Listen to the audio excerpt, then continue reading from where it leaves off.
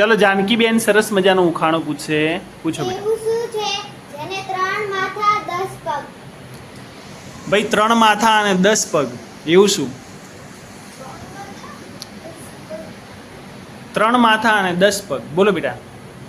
રાવણ. ના રાવણ નહીં. રાવણને 10 બોલો બેટા. ઓક્ટોપસ. ઓક્ટોપસ નહીં. વિચારો અને જવાબ આપો. બોલો બેટા. ઘડિયાળ. ઘડિયાળ ના આવે.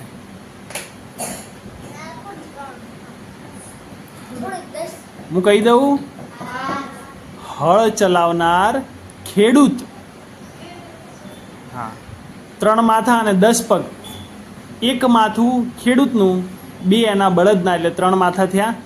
બળદના 8 પગ, 2 બળદના 8 પગ અને 2 પગ ખેડૂતના 10 પગ. જાનકીબેન માટે તાળીઓ પાડી દો. ચલો સરસ.